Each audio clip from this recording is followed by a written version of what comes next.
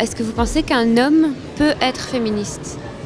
Alors ça, c'est la première chose qu'on pose, la première question qu'on pose en général, c'est est-ce qu'un homme peut être féministe? C'est assez curieux comme question parce qu'en fait, on demande rarement à un patron s'il peut être syndicaliste ou voilà. Alors on peut demander effectivement à un blanc s'il est antiraciste, etc. Enfin, donc la question toujours du rapport des hommes au féminisme et du rapport des femmes, des féministes aux hommes est toujours en général la première question qui est posée. Alors c'est vrai que le féminisme, son but premier, c'est quand même de renverser la domination masculine et que dans ce cas, c'est presque dialectique. Si on parle des unes, on parle aussi des autres. Mais quel est le rôle que les hommes peuvent jouer dans le féminisme? Ça, c'est aussi une question qui est récurrente. Est-ce qu'on peut dire qu'un homme peut être féministe? Alors on va plutôt parler de pro-féminisme, hein. Donc c'est-à-dire qu'il serait là en soutien au mouvement des femmes. Mais évidemment, il faut encore voir quel type de soutien ils peuvent amener. Alors, le type de soutien qu'ils peuvent amener, ça peut être quoi?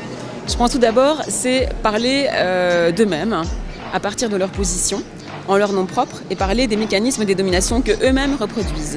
Je pense vraiment que les hommes n'ont pas à être dans les réunions de femmes, n'ont pas à expliquer ce que doit être le féminisme, et n'ont pas à prendre la parole pour les féministes. La seule chose qu'ils puissent faire pour les femmes, c'est de livrer des éléments de leur domination, de manière à pouvoir mieux comprendre de quoi ils retournent.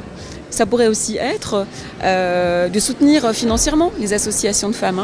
On sait bien que tous les capitaux, toutes les richesses sont du côté des hommes. Les hommes gagnent individuellement, collectivement, plus que les femmes pour des postes à de même niveau. Et donc, ça pourrait aussi être soutenir matériellement les associations de femmes. Mais en tout cas, vraiment, de parler d'eux-mêmes et de les soutenir, non pas en parlant à leur place, non pas en venant confisquer la parole dans les réunions. Ça, vraiment, la non-mixité, là, elle est de mise pour les femmes. C'est à elles de déterminer elles-mêmes la manière dont elles veulent renverser la domination masculine.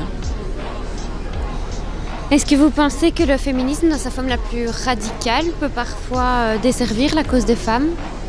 Il ne me semble pas, au contraire, il me semble que la forme la plus radicale est justement celle qui sert les femmes, puisqu'elle envisage justement les femmes en termes de classe, ayant des intérêts antagonistes à la classe des hommes. Et que c'est justement en réfléchissant en termes de rapport dominant-dominé, en termes d'intérêts contradictoires, que l'on peut, je pense, servir le plus la cause d'un groupe social dominé, et ici, les femmes. Groupe social qui est dominé, mais qui est minorisé, puisqu'en fait c'est un groupe social qui est majoritaire. C'est ça la spécificité aussi évidemment du groupe social des femmes. C'est un groupe majoritaire de manière quantitative, mais c'est un groupe qui est minorisé, comme d'autres groupes sociaux, de par le traitement qui lui est fait, les discriminations qu'elles subissent, etc. Alors, pas d'égalité sans mixité, est-ce que vous êtes d'accord avec cette affirmation? Pas d'égalité sans mixité. L'égalité dans la mixité, elle doit être pensée, elle n'est pas donnée. C'est pas quelque chose qui vient comme ça, c'est pas juste en mettant des femmes et des hommes ensemble qu'on obtient l'égalité, loin de là. C'est vraiment justement essayer de voir comment est-ce qu'on va pouvoir s'assurer que les dominées, donc les femmes, ne sont pas muselées, ne se sentent à l'aise pour pouvoir parler de ça. Alors idéalement, c'est la non-mixité qui va convenir. Maintenant, s'il y a des moments de lutte mixte, comme dit Christine Delphi, il y en a et il doit y en avoir, comment ça peut se passer? Il y a des règles qui peuvent être mises en place, des règles de calcul de la parole, des règles d'attribution de la parole, pour avoir une répartition et une attribution démocratique, et que ce ne soit pas de nouveau toujours les hommes qui reprennent la parole et le pouvoir sur l'ensemble des femmes présentes. Ça pourrait être ça. Donc la mixité, oui, mais il faut la penser. Ça vaut pour la mixité dans les groupes, pour les moments mixtes dans les luttes politiques, ça vaut aussi dans la mixité scolaire et dans tous les autres lieux où la mixité a été imposée sans être pensée, en fait.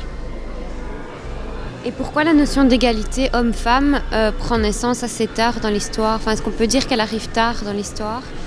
Alors, elle n'arrive pas tard dans l'histoire. En fait, elle a toujours existé. Mais ça montre bien que l'histoire est aussi faite par les dominants. L'histoire est faite par les hommes parce que l'histoire des femmes est constamment passée sous silence. Donc des femmes, on pense toujours que l'égalité, les droits des femmes vont vers une égalité, qu'ils sont toujours en progrès. C'est complètement faux en fait. Les droits des femmes au Moyen-Âge étaient en fait bien plus importants que ceux que nous connaissons aujourd'hui. Et donc les droits des femmes connaissent des régressions permanentes. Si on n'est pas vigilante, si on n'a pas une vigilance constante, les droits des femmes régressent. Donc voilà, donc il n'y a pas de point zéro de l'histoire des femmes. Elles ont toujours été là, depuis Christine de Pisan. Voilà, je veux dire, ça passe par Louise Michel. On a quantité de femmes qui ont existé. Il suffit d'ouvrir un dictionnaire des femmes qui ont fait l'histoire et on voit émerger quantité de femmes qui sont vraiment masquées et englouties par l'histoire masculine, qui répètent à qui mieux que les femmes n'ont jamais rien fait et qu'il n'y a pas de femmes.